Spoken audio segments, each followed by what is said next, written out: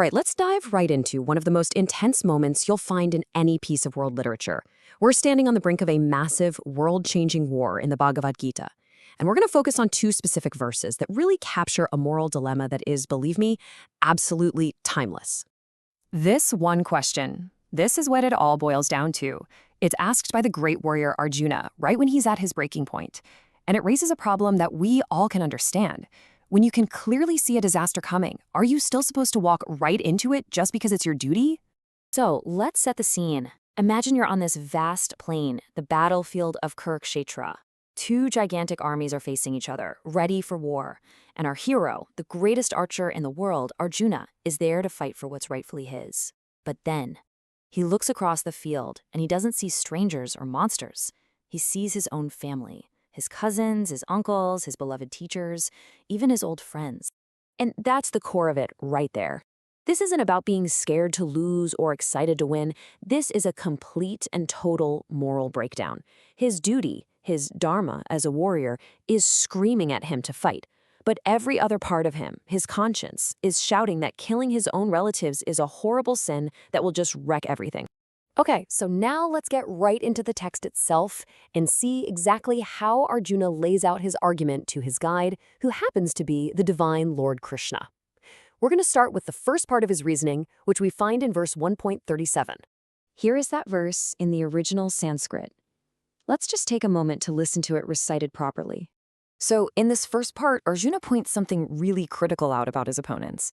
He tells Krishna, or Janardana, another one of his names, that the guys on the other side, they're basically blind.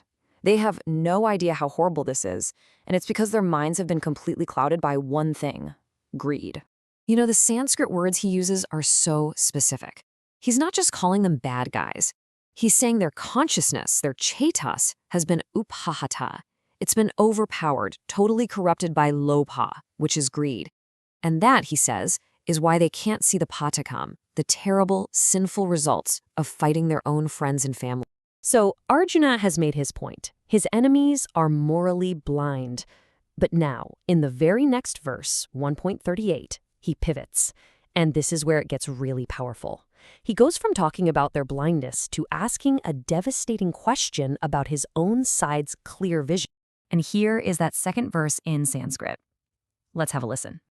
And there it is. That's the knockout punch of his whole argument. He's basically saying to Krishna, okay, they might be blind, but we're not. We can see exactly what kind of catastrophe this is going to be. So how in the world can we justify doing this? It's a plea for sanity, and it's based entirely on his own clarity of vision. The key word here is prapashyadbhi, by those who can see. Arjuna draws this sharp, clear line between asmabhi, us, and them. For him, the real difference isn't about who's stronger or who has the better claim to the kingdom. It's about who has the moral sight to recognize the dosham, the absolute crime of wiping out your own dynasty.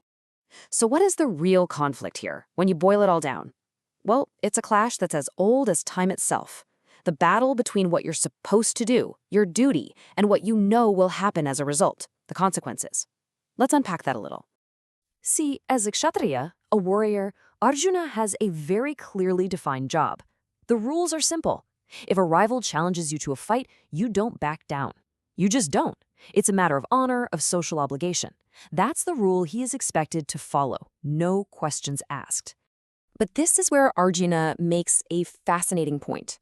He argues that a duty is only really a duty if the outcome is good, or at least not evil. The moment the result is obviously going to be a complete disaster, as he sees it, that obligation is no longer binding. You aren't tied to a duty that leads to total ruin. And that's his conclusion. Because he is one of the prapashyadbhi, one of those who can see, he feels he has the moral high ground to just set his warrior duty aside. The horrible consequences he can foresee totally override the social code that's telling him he has to fight. So why does this crisis from thousands of years ago still hit so hard? It's because while the battlefield might be ancient, the dilemma, it's something we all can face. It's personal and it's modern. Really, at its heart, this is about the tension between what the world expects of you and what your own gut is telling you.